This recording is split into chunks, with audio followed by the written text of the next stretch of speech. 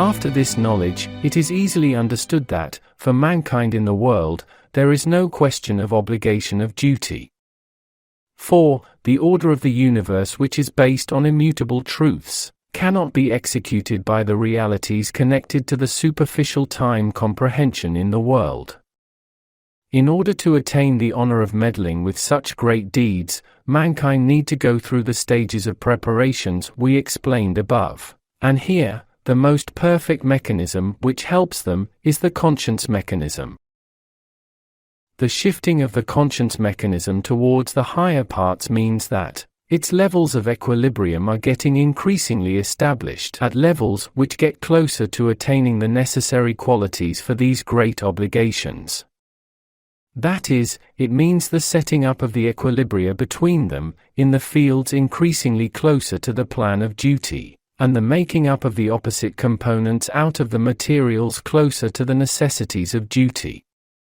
Therefore, the oppositeness here is seen, not in forms of tugs which have schisms in between, as it is in lower levels, but as a harmonious advance whose intention is supporting each other and reconciliation. After all, another meaning of the completion of the human cycle is the abolishment of the opposition between components of the conscience duality. For example, while in the conscience mechanism at the lower level, there is an opposition between the emotions of forgiving or hanging a man who killed his father, at the higher level, it displays a duality in the form of preferring this or that way of easing the pangs the same killer will feel anyway because of this bad deed. And for a man, this is rather a more or less sweet activity of a comprehending preparation for the knowledge of duty, than an exhausting opposition. This initial conscientious flux of the preparation to the plan of duty has been explained by the religious and moral institutions, and they bonded these with some several disciplined sanctions. These initial flux of conscience have been taken by these institutions, within the duality of virtues and vices, and these sanctions have led mankind automatically towards the virtues that make up the higher opposite of the conscience. Most powerful and to the point sanctions of this automatism are the symbols of the heaven which is promised to the good ones and the hell which is particular to the bad ones.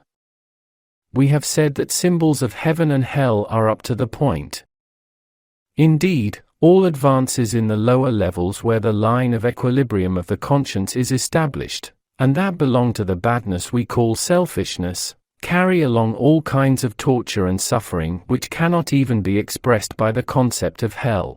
On the other hand, levels of equilibrium of conscience duality that are set in the higher parts contain the feeling of happiness of self-sacrifice, altruism, love and, especially, of the love of duty which the symbol of heaven attempts to express.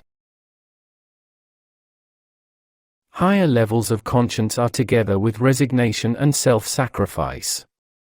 Therefore, one cannot pass into there with the desires of the lower levels. Higher levels are the closest steps to the knowledge of duty which has no relevance, even in the slightest degree, with those kinds of selfishness. So, the concept of payment that is expected against a deed at the lower levels leaves its place to the reality of volunteering that is based on the love of duty at the higher levels. Even the personal interest that has been ambitiously run after at the lower levels may be a source of suffering for the ones at the higher levels. In this way, a being who attained the power of ability to do his deeds with heart and soul, and with the purpose of serving others around, by distancing away from the state of obtaining his material interests, and even making it an end for himself, has now matured enough to leap from the uppermost levels of the world boundary to the fields of duty. And when he reaches this degree, after completing the suitable duty given to him by the plan of duty, he passes directly into the plan of duty. However, there is an intermediary plan, which those of mankind who have completed the world school but have not yet taken on duty will pass through, and we call it the semi-subtle realm. And after passing over this intermediary plan, the beings will reach the initial stages of the great plan of duty, and begin their true evolutions. the numbers of lives a human comprehension has to live in order to reach the uppermost boundary line belonging to the humanity. Although it cannot be stated certainly, because of the great number of freedoms and tests and trials, it is a fact that this is limited to 500, 700 embodiments on average. It is quite natural that this number is not certain. As a matter of fact, although even one life of man is regulated and planned, it is not possible to express the duration of it with certainty because of the imperatives of destiny. Again, for the same reasons, it is impossible to presuppose which developmental stages mankind will reach at what time, as they apply their plans. 4. This impossibility is caused by the ever-changeability of the results of that being's efforts, as a consequence of some freedoms recognized to him, which will be appreciated by the plan of destiny. We have said that the measurement of time beyond the world and higher plans does not fit world time, and there are great differences between them. Indeed, time measurement and comprehension of the plan engaged with the administration of the world cannot be compared with the simple comprehension of time in the world. For example, all the long-term deeds which ages do not suffice in the world can fit into a second, in our measurements, of the time measurement of the superworld. Although it is very simple and coarse, an example of this which can give an intuition to mankind is dreams. Likewise, it is similar to the way drowning people are reported to see their whole life in every detail during their last second. Nevertheless, this point should be remembered that time comprehension particular to the world is not lacking, deficient or insufficient for the world. The value of world time is exact and perfect for the world. That is, comprehension of time particular to the world is the true measurement of the development of world matter for the world.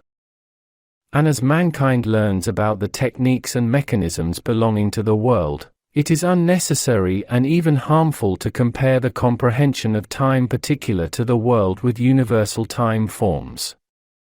4. The immense difference in between makes it impossible to understand the simple architecture of the world, which is such a small, even negligible part within the tremendous mechanism of universe, and wipes away the world realities.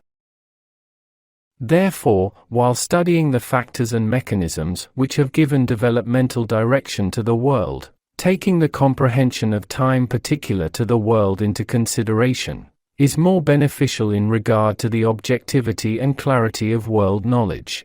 And also, it is an imperative of the developmental necessities of the world. It should always be remembered that widening of the concepts of time advances head-to-head with the development of comprehension. That is, establishment of the high comprehension of time becomes possible by going beyond certain stages of development. In higher realms, there are states of time which address the comprehensions of those realms. One of the significant qualities of time suitable to world comprehension is the imperative of its limitation with a beginning point and an ending point. That is, despite the ideas of infinity which are sometimes talked about in world life, world comprehension needs relativities of beginning and ending points in its cultivation and evolution through applications. And this need is suitable also to the time form which is valid in the world, and addresses world comprehension. Therefore, every reality's beginning at a certain point and ending at a certain point is a time expression, which is only valid in the world and molded into the world comprehension. With this knowledge, what we intend to mean is, actually such beginning and ending states do not exist. Occurrences and advances of all realms flux uninterrupted, continuously towards the purposes determined by the necessities. These fluxes become only a ground for manifestation, in accordance with the comprehension of the stages they go through, and with time measurements valued by these comprehensions.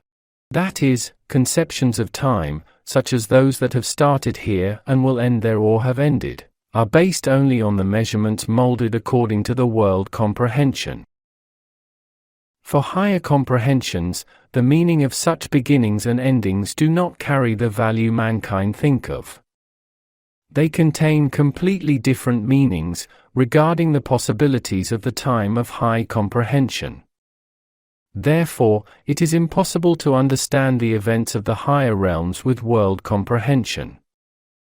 World time measurement, which is abundantly sufficient for world realities, is very simple compared to the comprehensions of time in the higher realms. Because of this, realities bonded by world time remain in a quite barren state relative to the truths in the higher realms. As to the reason for the barrenness of world time, we have said that time is related to comprehension.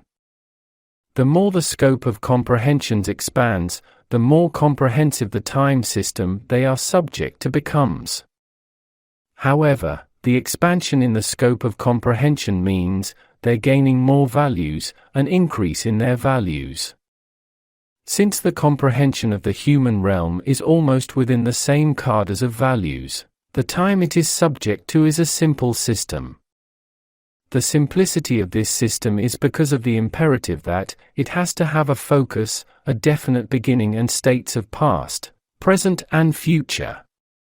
This situation is the imperative of the simplicity of the world matter and of the comprehension which is subject to it. There is a limit in the comprehension of world time. In world time, there is the imperative that certain points should follow each other at certain intervals as cycles. Likewise, every reality has a beginning point and an ending point. However, high comprehension of time displays great differences on this regard. And these differences are certainly the consequence and necessity of the richness and encompassment of the comprehension values belonging to this time, relative to the values of the simple time. This comprehension possesses such subtle matter combinations that vibrations emanating from these attain a time measurement, qualified with a great speed and scope, which is incomparable with simpler comprehension. According to this comprehension, the states of past, present and future in the flow of time do not have to follow each other in one direction, unlike simple comprehension. In higher comprehension, all of these states of past, present and future connect into a single occurrence as a total. However, this single occurrence display forms with infinite aspects. That is, within that single occurrence, which means a moment, infinite concepts of time are gathered, orientated to every direction.